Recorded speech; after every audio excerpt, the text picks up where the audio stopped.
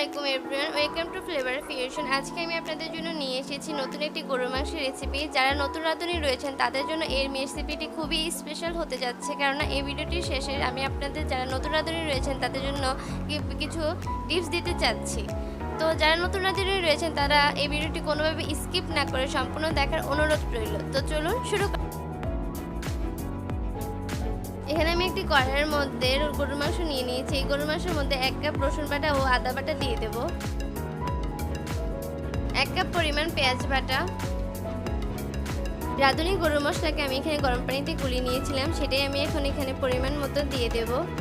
এখানে মাঝারি পরিমাণে 2টা টমেটো নিয়েছিলাম, এই 2টো টমেটো আমি এখন টুকরো করে দিয়ে দেব। এখানে আমি পরিমাণ মতো 2টা কাঁচামরিচ নিয়ে নিয়েছিলাম, যারা ঝাল বেশি খেতে পছন্দ করেন তারাও নিয়ে নেবেন।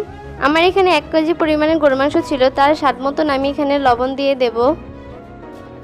এখানে আমি পরিমাণ মতো হলুদ এবং মরিচের গুঁড়ো নিয়ে নিয়েছিলাম। এই হলুদ এবং মরিচের গুঁড়ো এবং মশলাগুলোকে খুব ভালোভাবে ম্যারিনেট করে নেব। ম্যারিনেট হয়ে গেলে এখানে আমি গরুর মাংসগুলোকে 30 মিনিটের জন্য রেখে দেব। এখানে আমি একটি পাতিলের মধ্যে সরিষার তেল দিয়ে দিয়েছি। এখানে আমি পরিমাণ মতো গরম মশলা এবং কুচনো পেঁয়াজ দিয়ে দিয়েছি, আপনারা চাইলে আরও দিতে পারেন, সমস্যা নেই। এখানে আমি পেঁয়াজ এবং গরম মশলাকে খুব ভালোভাবে নেড়েচেড়ে নেব যতক্ষণ না পেঁয়াজটা একটু লাল লাল ভাবে হয়ে আসে।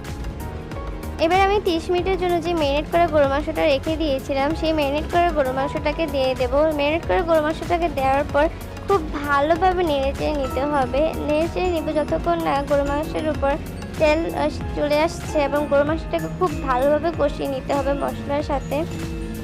আমি দেখুন খুব ভালোভাবে গরুর মাংসটাকে কষিয়ে নিচ্ছি। আপনারা এভাবে খুব ভালোভাবে ধৈর্য সহকারে গরুর মাংসটাকে কষিয়ে নেবেন যতক্ষণ না গরুর মাংসের উপরে তেল চলে আসছে। দেখতেই পাচ্ছেন আমার এখানে গরুর মাংস থেকে তেল ছেড়ে দিয়েছে। এবার আমি একটি পরিমাণ রসুনকে খুব ভালো করে কোয়া ছেড়ে নিয়ে দিয়ে দিয়েছি, এবং মরিচ বাটা 1 চা চামচ পরিমাণ মরিচ বাটা দিয়ে দিয়েছি। আপনারা যারা যতটুকু ঝাল খেতে পছন্দ করেন সেই অনুযায়ী দিয়ে দেবেন। আমি এখানে 1 চা চামচ পরিমাণ দিয়েছি। এবার আমি 3টি ছেঁড়া কাঁচা লঙ্কা এবং ধনিয়া কুচি দিয়ে দেব। সবার শেষ আপনারা যারা ধরেন ঘি খেতে পছন্দ করেন তারা ছেড়ে ঘি দিতে পারেন, এটা সম্পূর্ণ অপশনাল, আপনারা ছেড়ে দিতে পারেন, নাহলে কোনো সমস্যা নেই।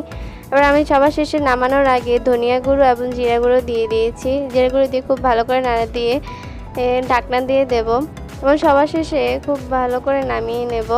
আপনারা যারা নতুন রাঁধুনি রয়েছেন তারা যখন গরুর মাংসের মধ্যে যদি অতিরিক্ত পরিমাণে চর্বি দেখেন তাহলে সেটাকে ধোয়ার সময়, গরুর মাংসটাকে একদম পুরো ভালোভাবে ধোয়ার সময় একটু ভিনেগার দিয়ে ভিজিয়ে রাখবেন, দেখবেন অতিরিক্ত যে চর্বিটা রয়েছে সেটা কাটিয়ে যাবে এবং গরুটা খেতে খুব ভালো লাগবে। তো এবার দেখছেন আমার গরুর মাংসটা রেডি হয়ে গিয়েছে।